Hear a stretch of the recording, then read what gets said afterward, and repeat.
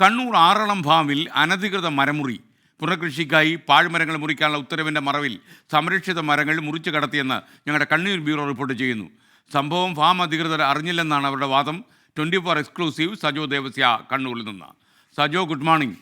ഇവരിതൊന്നും അറിയില്ല. ഈ അറിയാത്ത മനുഷ്യരുടെ എണ്ണം കേരളത്തിൽ വളരെ വളരെ കൂടുകയാണ്.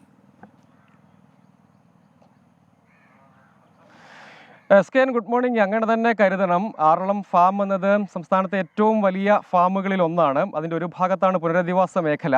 അവിടെ 1500 ഏക്കറിൽ പുനർകൃഷിക്കായി തീരുമാനമെടുത്തു. അവിടെ കശുമാവാണ് പ്രധാന കൃഷി. ആ മരങ്ങൾ പൂർണ്ണമായും മുറിച്ചു മാറ്റുന്നു. ഒപ്പം മറ്റ് പാഴ്മരങ്ങളും മുറിച്ചു മാറ്റുന്നു. പൈനാപ്പിൾ കൃഷിക്ക് വേണ്ടി പുറം കരാർ നൽകുന്നു. അങ്ങനെ ഈ പാഴ്മരങ്ങൾ മുറിക്കാൻ വേണ്ടി മാത്രം ഒരു കരാർ, ഒരു ഉത്തരവായി തന്നെ ഇറക്കുന്നു. അങ്ങനെ ഒരു കരാറും നൽകുന്നു. അതിൽ പക്ഷേ പാഴ്മരങ്ങൾ മുറിക്കാൻ മാത്രമാണ് ഉത്തരവ്. സംരക്ഷിത മരങ്ങൾ, വലിയ കൂറ്റൻ മരങ്ങളൊക്കെ അവിടെ നിന്ന് മുറിച്ച് കടത്തി ഇതിൻ്റെ മറവിൽ എന്നതാണ് ഒരു പ്രധാനപ്പെട്ട ആരോപണമായി ഉയരുന്നതിൻ്റെ തെളിവുകൾ ഈ ദൃശ്യങ്ങളിൽ തന്നെയുണ്ട്.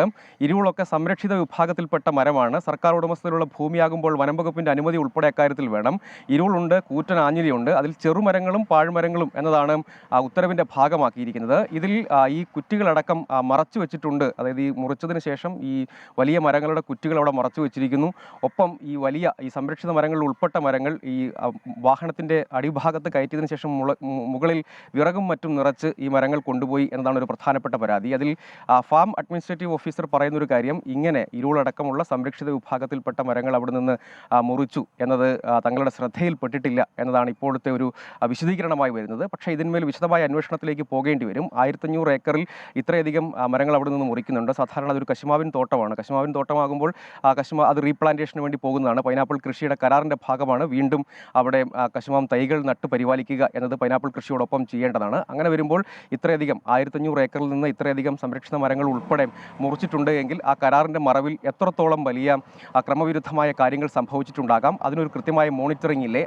ആരാണ് പരിശോധിക്കേണ്ടത് എന്നതുൾപ്പെടെയുള്ള കാര്യങ്ങൾ. അതായത് ഇതേ മേഖലയിൽ തന്നെ മുൻപൊരു വിവാദം ഉണ്ടായതാണ്. ആറളം വന്യജീവി സങ്കേതത്തോട് ചേർന്ന് അവിടെ ആനമതിൽ നിർമ്മിക്കുന്നതിൻ്റെ ഭാഗമായി കണക്കിൽപ്പെടാത്ത മരങ്ങൾ കൂടി മുറിച്ചു. അതിൽ ഒരു ശ്രദ്ധക്കുറവുണ്ടായി, ജാഗ്രതക്കുറവുണ്ടായി എന്നത് വനം വകുപ്പിൻ്റെ അന്വേഷണ റിപ്പോർട്ടിൽ ഉൾപ്പെടെ കണ്ടെത്തിയിരുന്നതാണ്. അതായത് ഫാമിൻ്റെ അതിർത്തിയിൽ പണിയേണ്ട ആനമതിലിന് വേണ്ടി വന്യജീവി സങ്കേതത്തിനകത്ത് കയറി മരം മുറിച്ചു എന്ന നിലയ്ക്കുള്ള കണ്ടെത്തൽ ഇപ്പോൾ തന്നെ ഉള്ളതാണ്. അതിനിടെയാണ് ഫാമിനകത്തു നിന്നും ഈ പാഴ്മരങ്ങൾ മുറിക്കുന്ന കരാറുമായി ബന്ധപ്പെട്ട് ഈ രൂപത്തിൽ അനധികൃതമായി സംരക്ഷിത മരങ്ങൾ, ഇരുളിൻ്റെയൊക്കെ കാര്യം എടുക്കുകയാണെങ്കിൽ ഇരുൾ വളരെ അധികം സംരക്ഷിത മരം എന്ന നിലയ്ക്ക് മാത്രമല്ല, ആ മരത്തിൻ്റെ പ്രത്യേകത അനുസരിച്ച് തന്നെ പരിശോധിക്കുകയാണെങ്കിൽ സാധാരണഗതിയിൽ പൊതുഭൂമിയിൽ നിന്നും അങ്ങനെ മുറിക്കാൻ പ്രത്യേക അനുമതി ആവശ്യമുള്ളതാണ്. അങ്ങനെ ഒരു വീഴ്ചയാണ് ഇക്കാര്യത്തിൽ സംഭവിച്ചിരിക്കുന്നത്. ഇനിയിപ്പോൾ ഇക്കാര്യത്തിൽ വിശദമായ അന്വേഷണത്തിലേക്ക് തന്നെ കടക്കേണ്ടതുണ്ട്. S K. Okay, thank you Sajo Devasya.